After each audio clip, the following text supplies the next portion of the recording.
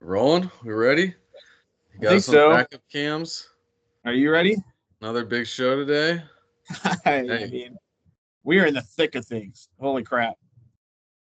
right? It's you blink and you think, oh, it's only halfway through the season, and it's like, wait, fantasy season, we're almost 2/3 of the way through. I know. It's going fast. And even like I feel like even the IR, people on the IRs, like, you're like, oh, crap, that's 4 weeks. And now, like, someone like Nico Collins is about to come off the IR in a week. Hopefully. You never know. But it runs by so quickly that you kind of forget 4 weeks can fly by just like that. Yeah, 4 games quicker than you think. Buys. Interesting season for buys because it feels like there should be a lot of buys going on right now, but they're really not. They're I mostly know. I was in the clear. I was like, oh shit, I don't have any buys this week, and then not next week, but they come week 14. I'm hoping I have a buy for myself because half my team is going to be gone. So that's on me. But that's the crazy wrinkle from last year yeah. that still people are Week not used to. 12 and week 14 are Crazy. just huge buys. And yeah, hopefully your fantasy playoffs aren't week 14. Any league that is, I think this will probably be the last year that's the case because it's going to be just it's brutal. It's not just that there's 6 teams on bye, there's 6 good teams on bye. Yeah, It's like it's bad. Baltimore and a bunch of other teams. It's tough. It's a good time for people to be checking their schedules, looking forward week 12, week 14, and it's kind of hard to figure out what part of the game strategy you should be playing. Like for some teams, you're kind of in that mid game. If you've got close to a 500 record, you still need guys to fill in for the buys. You need that depth, but if you've passed your buys or you've got a really good record, you might be able to start looking a little bit more forward towards the playoff run, stretch run, guys that would be, a handcuff, Yeah, grabbing handcuffs for your studs, grabbing some backups, some implied value running backs that are going to be good if somebody goes down in front of them, and then looking at defenses. I mean, you don't want to that's carry true. 2 defenses through the regular season, but when you get to the playoffs, you might need 2 or 3 defenses to piece together so you've got a good defense starting all 3 weeks. Like defense is so matchup based. Right. There's a lot of D's that you'd think you'd want to start, and then you look at who they're playing. Like, no, I Yeah, don't want to play anybody versus Detroit in the playoffs. Like, no for thanks. sure. Detroit, Baltimore, the offenses that are looking good. You don't want to touch that. Maybe even the Jets. By that point, Jets are starting to take off. It's a slow ascend, but once that Yeah, jet gets to cruising altitude, who knows? really fishy line last night that the Jets were favored. I get it though. When you don't have a Nico Collins, when you don't have Stephon Diggs, it is going to be hard for CJ Stroud. So even those type of situations, if you're a team that's maybe looking to package Stroud for a better quarterback, just obviously Stroud has a bright future, but just a more explosive quarterback for this season and end of the year. He's just not going to have the numbers that you expected with Stephon Diggs. And if Nico Collins comes back, I'm hoping he does in the next week. I'm really banking on it. But even those type of situations, like the stock matters in those.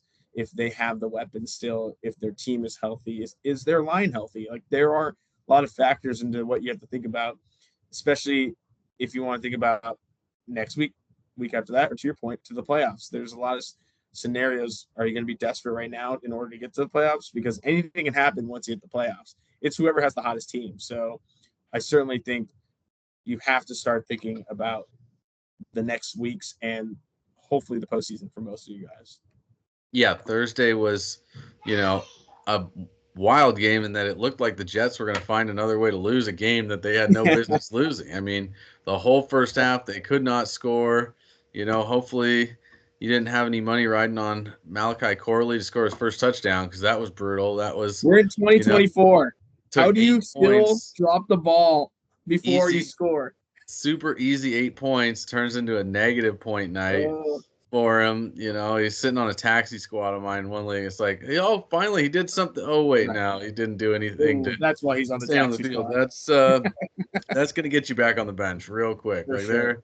there go your opportunities. And I mean, stretch the ball across and then celebrate. It's one of the weirder. It's like I think it's a track thing. It looks like they're like doing the track finish. Like they're Yeah, leaning to try and cross that line, and the ball goes backwards. It's not a good look. It's not the way to do it. Pull a it's Marshawn Lynch, brutal. put the ball through the end zone, hang out, lean back, like put the ball through, and then it doesn't matter because Yeah. it's one of the weird things where like as soon as that ball touches the white, it's over. You can do anything with it. But before that, that's one of the most dangerous places you can ever lose a football, and It's somehow it crazy. wasn't even recovered. Nobody even wanted. That was one of the funnier things. It's like it was Yeah. kind of obvious that he dropped it earlier, and nobody even like thought about picking the ball up. It just trickled out of the end zone, and if it had just stayed in the end zone, Jets would have got the ball back. Then that Yeah. would have been a huge mistake by the Texans. Texans D looks solid, but just nothing without Nico Collins there. I mean, I don't know why they didn't run the ball 40 times in that game because Yeah. just couldn't stop a run, but The somehow they holes got that it were done. opening up, I'm like, well, dude, that like it almost made me wonder if Joe Mixon has lost a step because some of the holes that were open, I'm like, these holes would be gone. Like if Bijan Robinson was running through these holes, he'd have like average of 20 yards per carry. It was crazy what they were able to do to the Jets line, which is supposedly filled with stars. So yeah, Houston has a lot of changes in identity if they don't get Nico Collins back. And even with Nico Collins, he's going to be blanketed. So can these younger guys like Tank Dell, who we saw a little spark yesterday, we'll see. They need to step up. But for me, in my leagues, I don't know about you, but all the races are tight. Like there's so much parity in our league, and it's because of these two record systems. And I'm a huge fan of them. I think it keeps everyone in. Everyone's worried that you're going to go 0-2 a bunch, but it actually helps the teams from going 0-2 or 0-1 or 2-0. It actually balances out a lot. So a lot of parity in my leagues and so much closeness that I almost think that people are hesitant to trade right now because of how close the races are. So it's going to be really interesting in the next couple weeks when the trade deadline hits for not just the fantasy leagues, but for the NFL too. It could really change a lot of things on teams. And the worst thing that could happen is if your best player on your team gets traded to your other best player's team, and now you have two players on the same team. So I'm hoping that that nightmare doesn't happen to anyone, but it is a possibility as well. Yeah, a lot of guys have already moved, so I don't think you're going to see any Yeah. super high profile players traded at the deadline. Maybe some defensive players, maybe offensive line, but as far as your studs go, they've pretty much been traded. Maybe a Bryce Young, some sort of younger quarterback Yeah. possibility to see something like that move. But I think the most likely thing is you're seeing guys that are going to be third, fourth receivers, some, defensive players, maybe some linemen here and there. But hopefully, fantasy wise, mostly things are settled Yeah. right now. But I mean, it's an interesting time of year because we've hit November and the waiver moves are kind of minimal. People are Yeah. sitting still. There's not a ton of activity there. There's some different players that look good, but a lot of teams are kind of sitting still, and it's interesting to see if these are just kind of biding their time, or players are kind of starting to give up on their teams if they think, this team's just kind of average or whatever. I mean, this is the time to grind it out if you really want to get the victories. Yeah, for sure. And I think a lot of it is because there's not a lot of movement right now. Like, yeah, Nico Collins goes down, but Tank Dell is probably on a roster, right? Stephon Diggs goes down, Tank Dell's on a roster. So it's hard to kind of pick these guys up and like say Aaron Jones goes down. Ty Chandler's probably on a roster. It feels like everyone's just one step ahead. I blame technology. I blame, being able to put on notifications from Adam Schefter and all these things. Like it just feels like everyone's in the know and everyone's ready to go. So it really is to hunker down time, and you better hope your squad is playing well, or you can convince someone to make a big trade because it's kind of set in stone right now. I can't imagine with 2 weeks left there's much going to change here. Who knows? It could, but it has to take something catastrophic for the league to shift. And like last night, we finally saw some movement from the Jets offense outside of Corley, who should have had his first NFL touchdown, which is again sad in itself, but only his fault.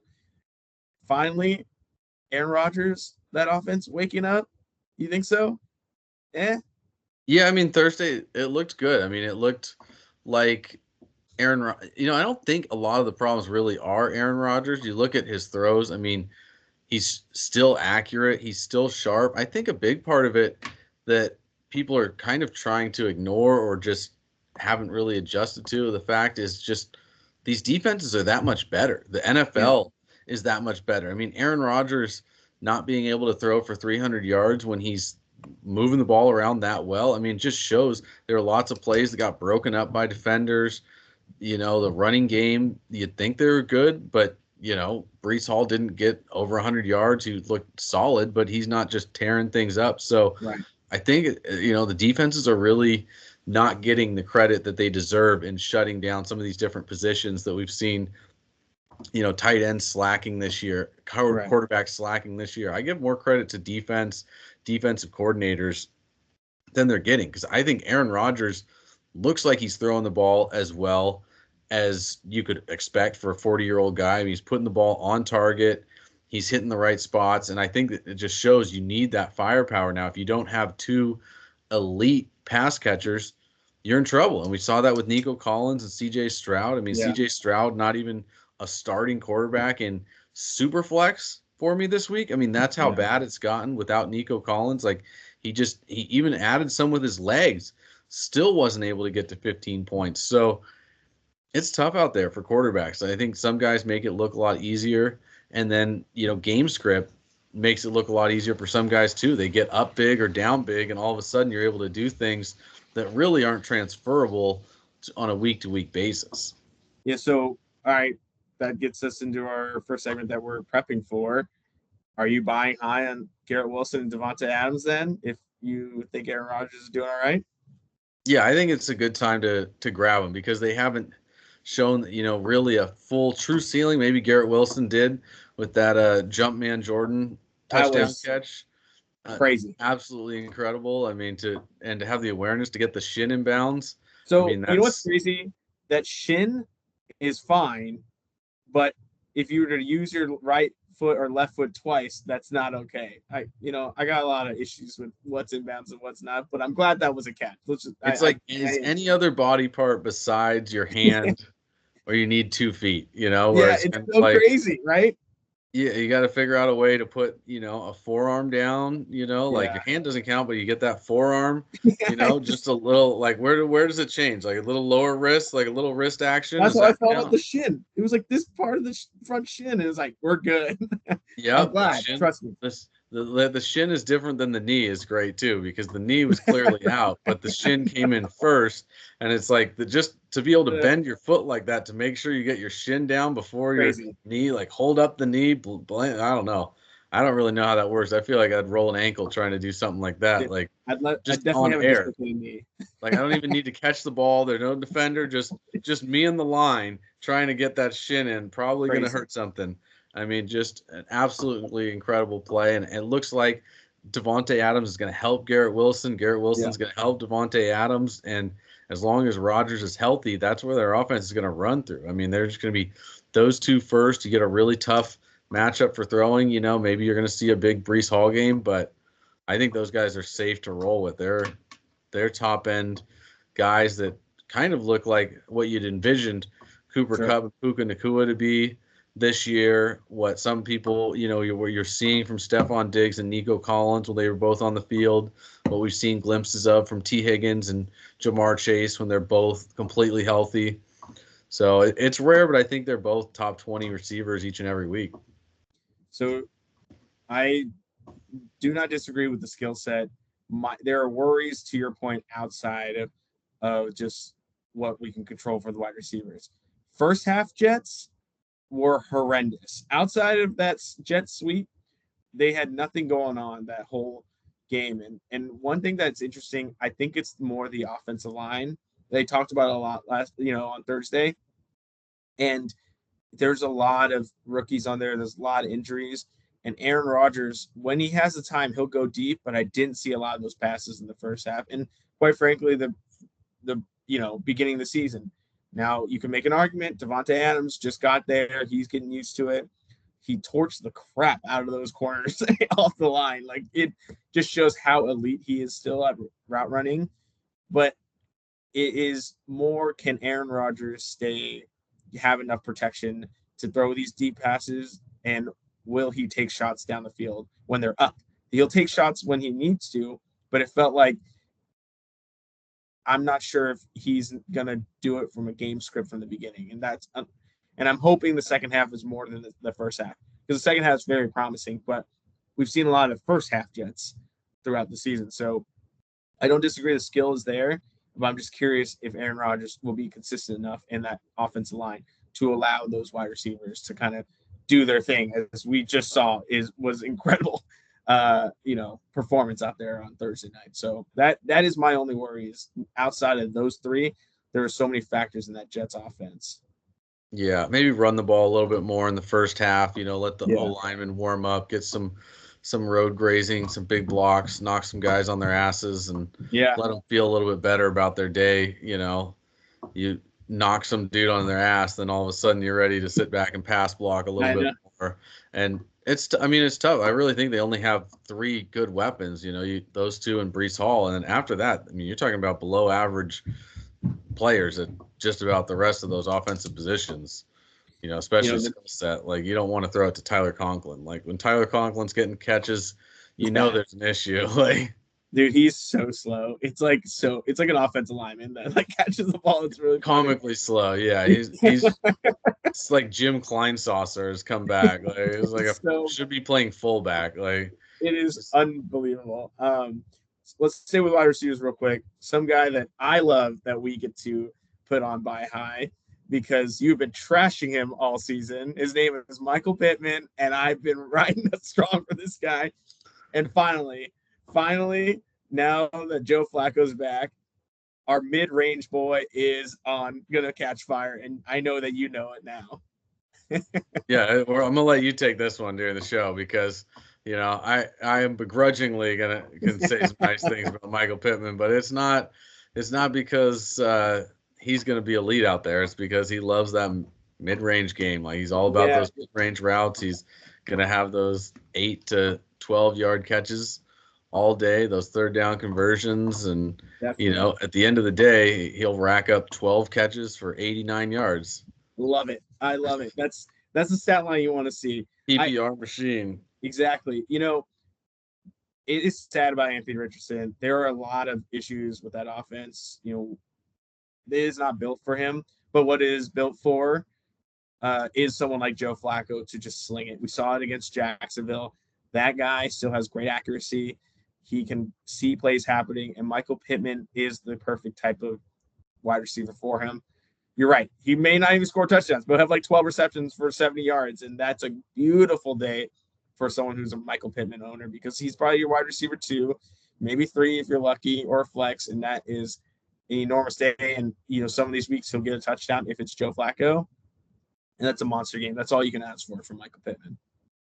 Yeah, luckily there's enough other weapons there. It's not just all day to Pittman, Josh Downs, some other field stretchers, and with that offense, I think you got a good, really good play design there in Indy. So I think Pittman's going to be back on the fantasy radar. Back from there he is, coming around. Halloween, the Halloween revival. Wow. For him. Sometimes it just takes, 1 or 2 things to change, and everything flips. We saw that with Jalen Hurts just recently. As soon as AJ Brown was back, all of a sudden back to the top 5 fantasy quarterback. It's like he didn't even want to throw to him. He just needs the threat to throw to him, and then he's just going to run. Why not run for 3 touchdowns in a game? If he's doing that, he's obviously a must-start guy. I think I saw him get benched a couple of times this season. I don't think he's going to get benched again here, but hard to know when your quarterback's going to run for 3 TDs, but if it's always a possibility, you got to start him. Yeah, I love that the offense is running through him the way that fantasy owners saw a couple years ago. It was always through Jalen Hurts. Last year was kind of a bizarre year, and this year you're starting to see him clicking with his offense again. The tush push is, as we talked about last week, unbearable to watch. But if you're a fantasy owner, you don't even care how it happens. It's going to happen, and you want opportunity to set up there. And the fact that they were able to just dismantle a good Bengals defense is a big sign. And the Eagles are for real. Like this is the offense you want to go out and get. Go get not just Jalen Hurts. Go get an AJ Brown if you can still. Go get a Devonta Smith who's been struggling. That offense seems to be opening up. Sorry, I feel bad for the Swift owners though. So maybe we don't get him because he's not going to score anymore. Clearly. Or Saquon. Or Saquon. Sorry, wrong quarter. I'm always like a year back. I'm glad I'm getting these all out early. Yeah, hopefully they start signing these guys for more than 1 year. It's tough when they Yeah, just I know it's hard to bounce keep track. around Even every Saquon, year. to your point, it's gonna be hard for him to find some touchdowns unless he's getting thrown to. It just seems like after that game, they found a way to get in the end zone, and that's probably gonna be the way they do it. Yeah, I feel like they're going to try to get Saquon some more touchdowns. Keep everybody happy, keep that kumbaya going there. You don't want those Philly fans to get all fucking upset and coming down on you about left and right. They're fucking brutal over there. So Santa's coming sooner than later. We don't need them booing Santa again. Right. And one of the few bright spots I think for people trying to trade for these Eagles players is they did have those down few weeks when AJ Brown was out, so there's kind of some sour taste in some of these owners' mouth. Exactly. Might still be able to trade for these guys, whereas when they're just going crazy all year, it's hard to go out and get them. But I think the same thing is true for Joe Mixon. If Mixon didn't miss some games, there's no way you'd be able to trade for him because every game he's played, he's ran for over 100 yards. He's scoring touchdowns left and right. He's just a beast. But I think he's a guy that you could still go out and get. He's not being valued like that elite, high-end, top tier number one. Right. I mean, who would you rather have, Saquon Barkley or Joe Mixon? Like, a lot of people aren't thinking Joe Mixon is in that tier, but he's right there. I mean, he's scoring, he's producing. He's probably a little bit more injury-prone, Mixon, but, that might just be a recency bias because he got hurt earlier in the year. You never know. With these high-end guys, he looks like he's fully healthy again now, and he's putting up the points. I mean, again, Thursday night, just going nuts. And if he could have carried the ball 30 times, he would have probably ran for 200 yards. But they just stopped feeding him and slowly lost that game. Yeah, it was a bizarre script. The thing about Joe Mixon is he hasn't had like the catastrophic injury that kind of, knocks you out for like 2 seasons, kind of like a Nick Chubb. But he certainly has taken a lot of damage at this point, and I worry if you go out to get him. If it was me, I would try to get him as cheap as possible. I wouldn't send the house. I know he's having decent weeks and he's getting fed, but as you said, they may run him 30 times if Nico Collins doesn't come back soon, and who knows that damage. So I like Joe Mixon. He has proven me wrong all season long when he's out there. I thought there was nothing left in the tank.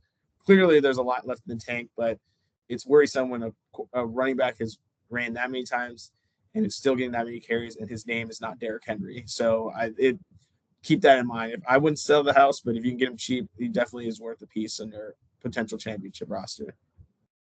Yeah, and I like Cade Otton too. I mean, this guy's tight end. A lot of guys just grabbed him off waivers, so a lot of people are probably going to have 2 tight ends if they have him. He might be a guy that you could get for a reasonable price, especially if he doesn't have a good game today. It's hard to know with tight ends where they're going to be valued, but with Godwin out for the year, I think Otton's going to continue to just get peppered with targets, and that's about all you can ask for tight ends.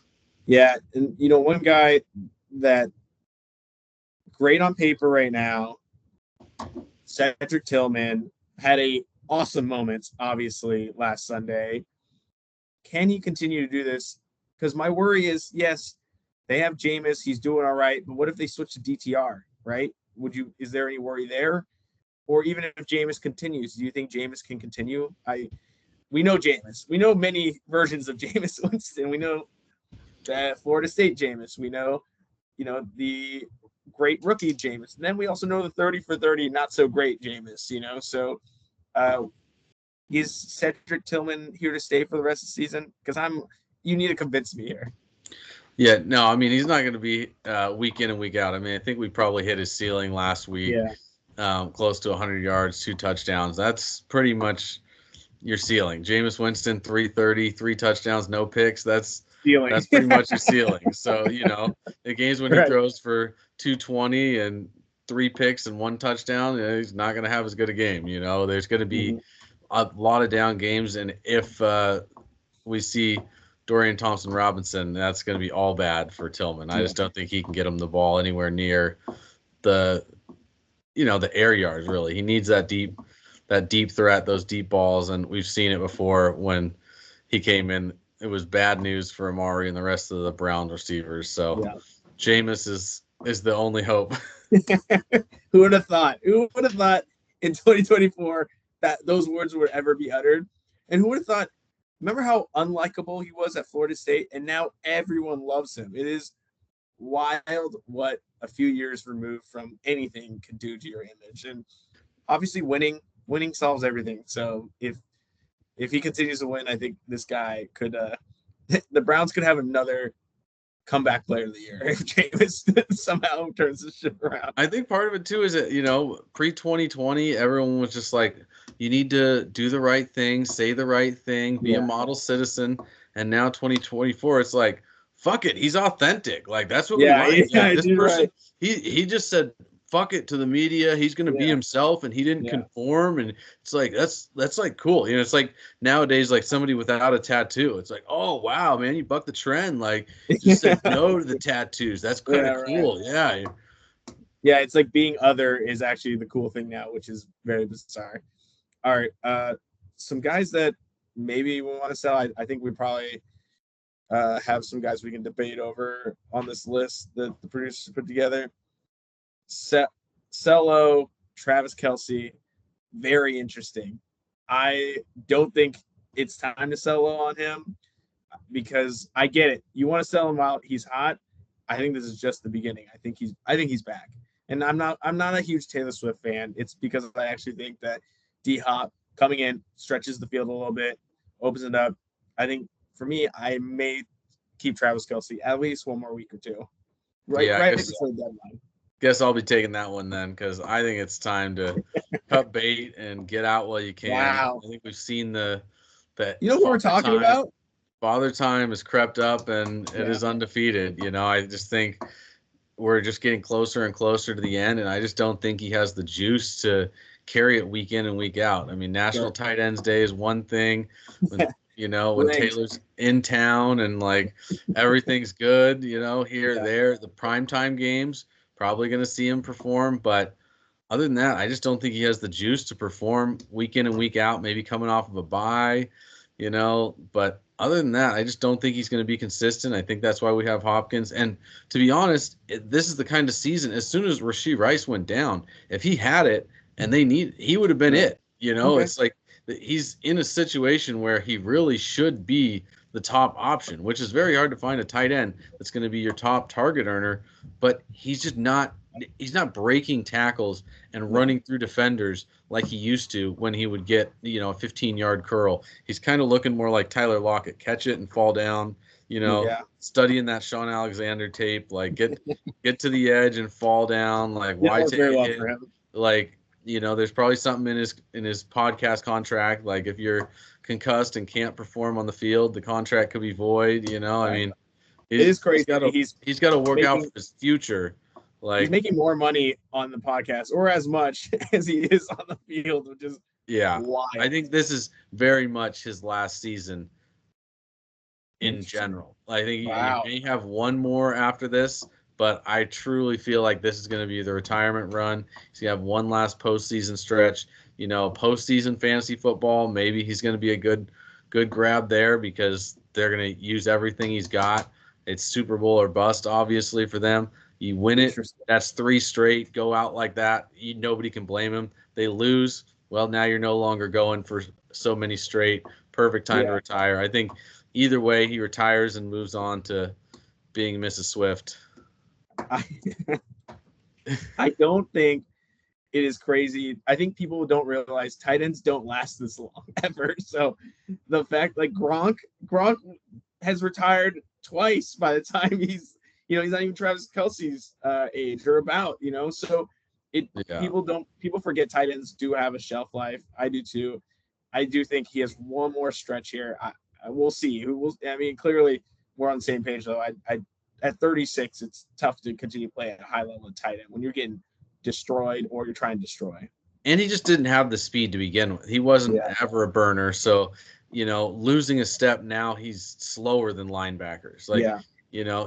He's one step away from being Tyler Conklin. So it's that's a hard slippery slope, but he may still be able to play, but it's kind of like, do you want to still play when you're at that speed? The guys at tight end that made it to the end, Tony Gonzalez. I mean, that guy, elite speed for a tight end throughout the majority of his career, was kind of able to work it as just a possession guy towards the end, but played into his late 30s. And Antonio Gates, I mean, he did it all by just boxing guys out for the last 4 years, but it didn't look fun. It looked like, it's like a guy who's been a scratch golfer his whole life going out there and, shooting in the 80s. Like, it looks good to some people, but to him, he's like, what the fuck am I doing? I'm just killing myself here. Yeah, you're right. Quickly, a couple other guys that are on the list. I have a good strategy for Chuba Hubbard, right? Jonathan Brooks likely will not have a big week. Chuba Hubbard will still carry a big load. This is the week to trade away Chuba Hubbard after he does well again one more time with Jonathan Brooks active. And that way you can trick owners. And then if you're on the other end, go get Jonathan Brooks after he doesn't do that much for the Panthers this week as well. Well, and they've said he's not going to play this week now. Jonathan Brooks, it seemed like it, throughout the week, but they are just being insanely patient with him, just waiting and waiting. That's why I kind of like selling Chuba now, is just because at some point he's going to be there, and at some point he's going to play and eat into it. But furthermore, the bigger problem is that quarterback situation sucks. Andy Dalton supposedly going to be back, but I think it's shitty. Like, let's not. It sucks almost as like sugarcoating this franchise. It's a big old poop emoji. It's like, if Andy Dalton is, makes you look good, then you know that you've got problems. And now Bryce Young has actually looked better than Andy Dalton. So maybe that's a bright spot for him.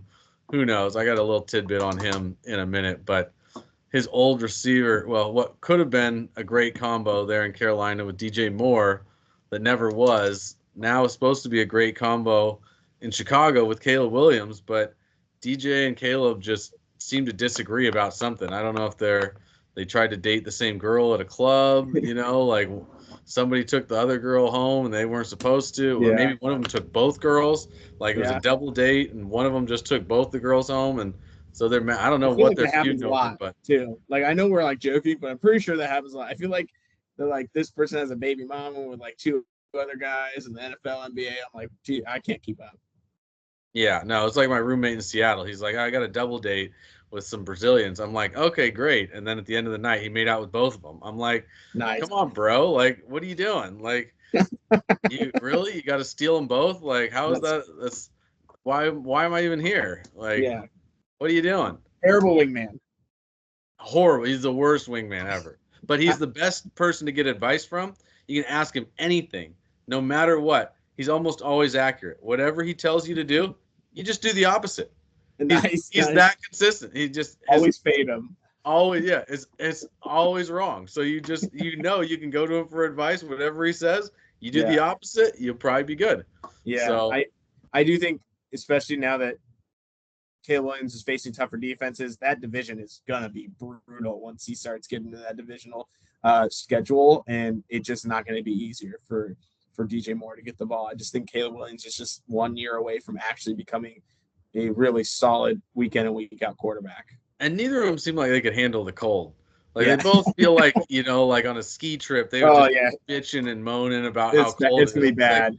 Like, we're on a mountain, like on snow, trying to ski here. Of course it's fucking cold. Like, what do you think you're getting into? You're playing in Chicago. It's an outdoor stadium. It's gonna be cold. You got to figure it out. Yeah, the whole team, the whole offense, just not built for the cold. Other than Rome and Dunze, none of them look like they could handle freezing temperatures. That's why Roschon Johnson, the hope here, But I hope it's Roschon. Yeah, Swift is definitely not a little for the brittle for that weather. Like, I feel like that's why he played in the dome. Going to kick in. Like, yeah, a couple of other guys we'll just talk about. We talk about C.J. Stroud, pretty obvious, right? Just no weapons for him, poor guy. And my guy, I loved the Giants rookie running back, and so I do think that it is time. That team has nothing to lose. That team is terrible.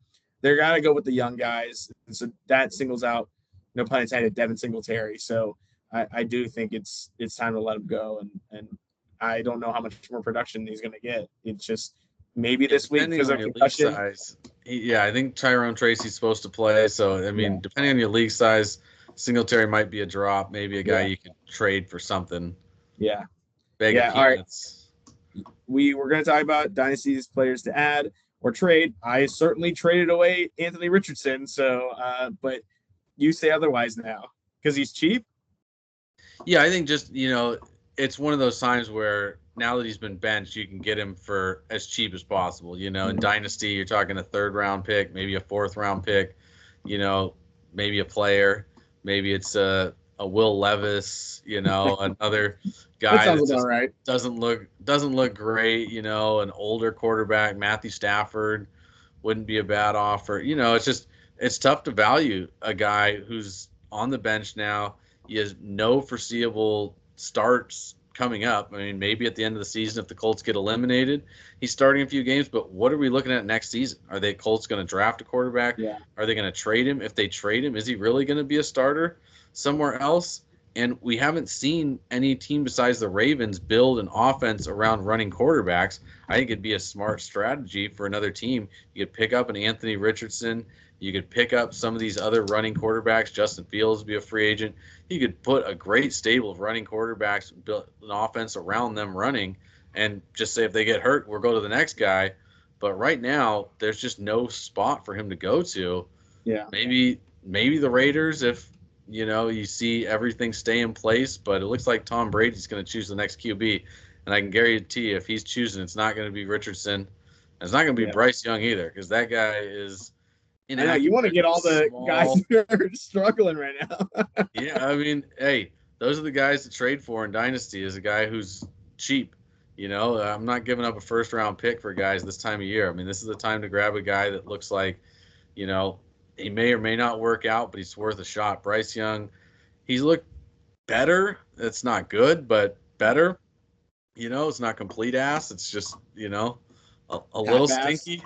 Yeah, a little half. I mean, if he could half-ass it out there and play like that, it'd be all right. Like, he needs to, figure out how to stay in the pocket and watch some Russell Wilson tape, figure out how to play quarterback at that size, because the biggest thing for Bryce is he's just so small. I mean, it can't just take the hits. You're right. It's like it's smaller than what other 5'10" quarterbacks look like.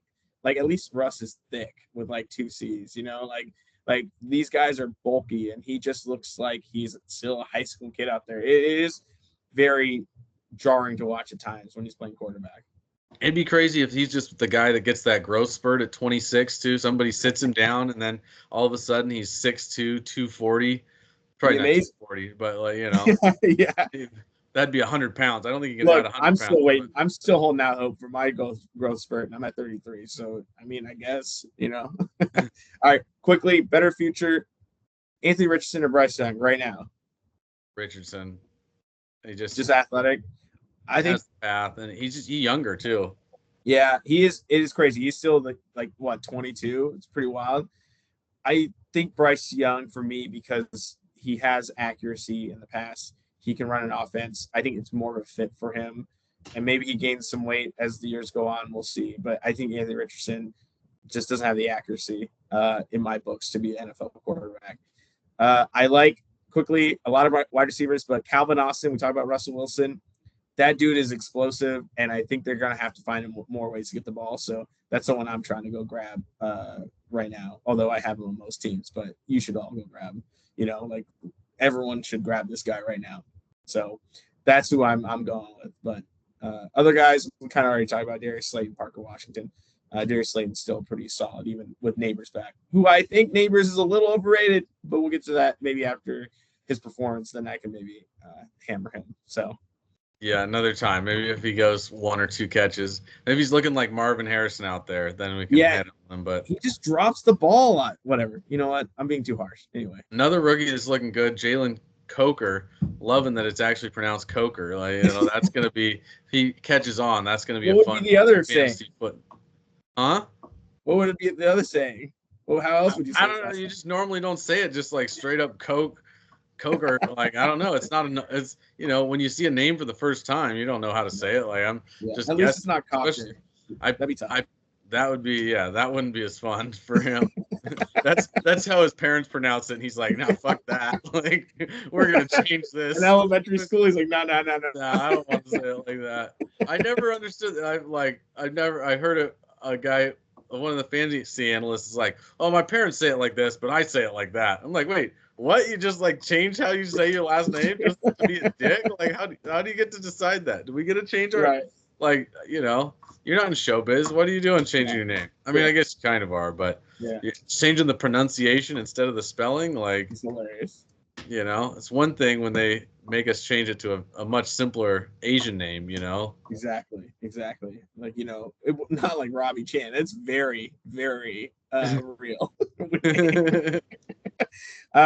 Yeah, I mean, I guess I like Jalen Coker, but I also don't know who else is playing there at wide receiver, so I guess we'll see if he does well.